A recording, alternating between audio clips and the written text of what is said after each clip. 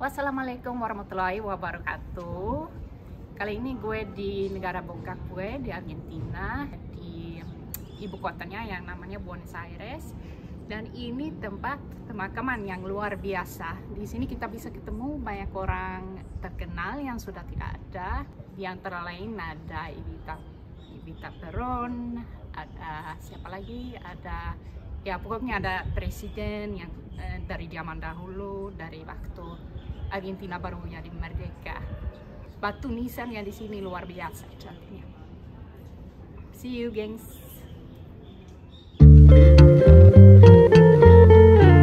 La Recoleta.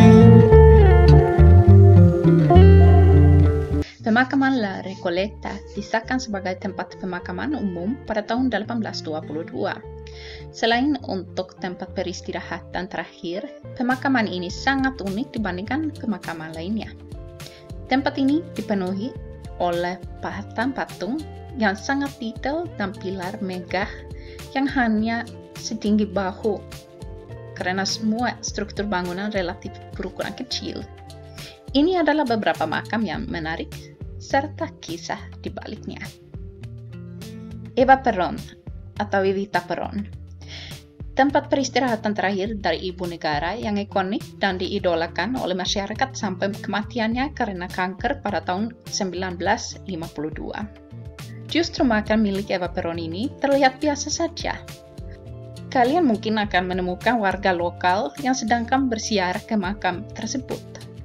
Hal yang paling menarik pada makam Evita adalah selama 20 tahun lamanya, pemerintah menyembunyikan jenazahnya sebelum disemayamkan di pemakaman Recoleta. Rufina Cambaceres.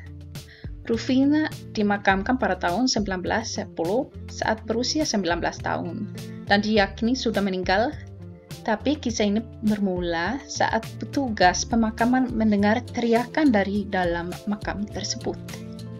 Ketika digali kembali, mereka melaporkan telah melihat Cambaceres mencoba untuk menggali jalan keluar dari dalam dengan mencakarnya, namun ia gagal dan meninggal.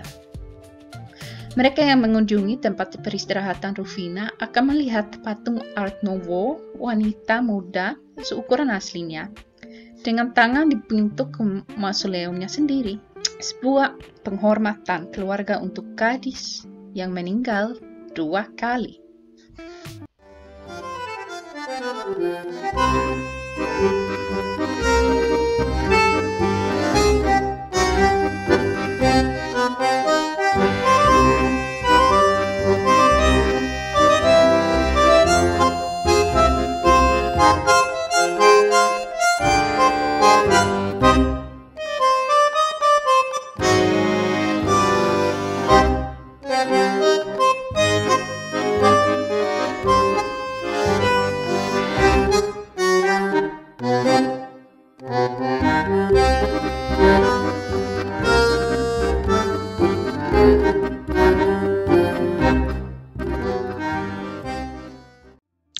Floralis Generica adalah patung yang terbuat dari baja dan aluminium yang terletak di Plaza de las Naciones Unidas, Avenida Figueroa, Alcorta, Buenos Aires. Ini hadiah untuk kota oleh arsitek Argentina Eduardo Catalano. Catalano pernah berkata bahwa bunga itu merupakan sintesis dari semua bunga dan pada saat yang sama, sebuah harapan yang terlahir kembali setiap hari saat pembukaan. Itu dibuat pada tahun 2002.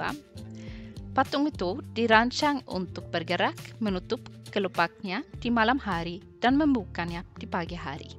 Patung ini terletak di tengah taman seluas 4 hektar yang dibatasi hutan.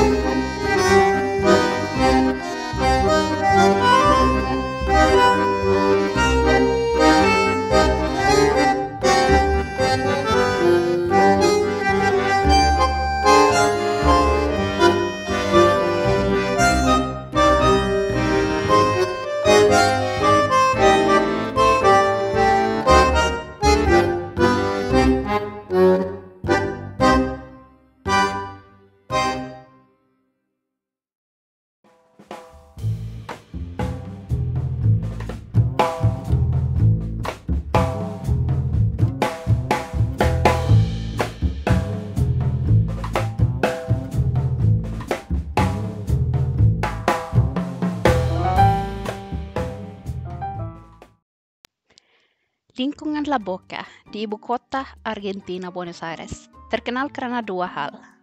Pertama, karena stadion sepak bola, La Bombonera, dan El Caminito, jalanan yang dilapisi dengan batu di mana seniman menjual barang dagangan mereka dan penari tango berdingkrak sepanjang trotoar. Daerah ini membuat wisatawan banyak yang berfoto karena keunikan daerah serta budayanya. Daerah ini sangat berwarna dengan berbagai warna cerah seperti melihat pelangi. La Boca berarti mulut di dalam bahasa Spanyol dan dinamakan demikian karena letaknya di mulut sungai Riachuelo. Awalnya La Boca adalah galangan kapal. Pekerja dermaga yang tinggal di sana sangat miskin, sehingga mereka membangun rumah mereka menggunakan bahan bangunan kapal seperti papan dan lembaran logam yang bergelombang. Mereka mencat rumah dengan cat sisa, tapi tidak cukup dengan cat dengan warna yang sama untuk menutupi seluruh rumah, sehingga rumah-rumah menjadi berwarna-warni.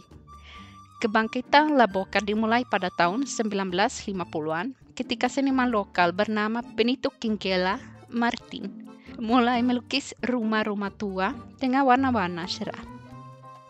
Dia juga mendirikan panggung darurat untuk pertunjukan dan La Boca dengan cepat menjadi tempat untuk seniman jalanan. Hari ini, La Boca telah berkembang menjadi tempat bagi turis untuk melihat keindahan dan budaya yang ada di wilayah ini. Namun, La Boca masih tetap menjadi salah satu kawasan termiskin di Buenos Aires. Dan yang berbahaya bagi pengunjung adalah ketika menjelang gelap.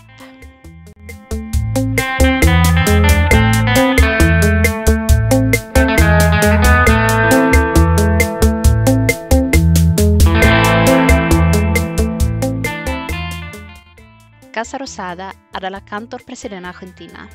Jika kamu pernah menonton film Don't Cry For Me, Argentina, maka tidak asing dengan balkon di tempat ini. Balkon Casa Rosada, inilah tokoh Evita Perón sering berpidato di depan rakyat Argentina. Plaza tersebut sejak tahun 1977 adalah tempat para ibu Plaza de Mayo berkumpul dengan tanda dan gambar desaparecidos. Anak-anak mereka yang menjadi sasaran penghilangan paksa oleh militer Argentina dalam perang kotor selama proses reorganisasi nasional.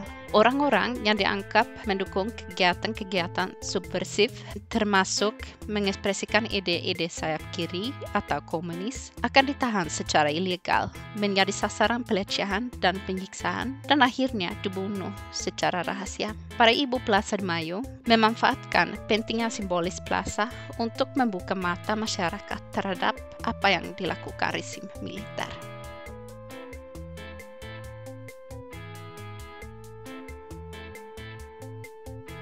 Cabildo de Buenos Aires adalah gedung publik di kota Buenos Aires yang digunakan sebagai pusat dewan kota selama era kolonial. Gedung itu juga merupakan penjara Buenos Aires dari tahun 1608 hingga 1877. Wali kota Manuel de Frías mengusulkan pembangunan Cabildo di tempat yang sekarang disebut Plaza de Mayo pada tanggal 3 Maret 1608 karena pemerintah kota tidak memiliki bangunan seperti itu.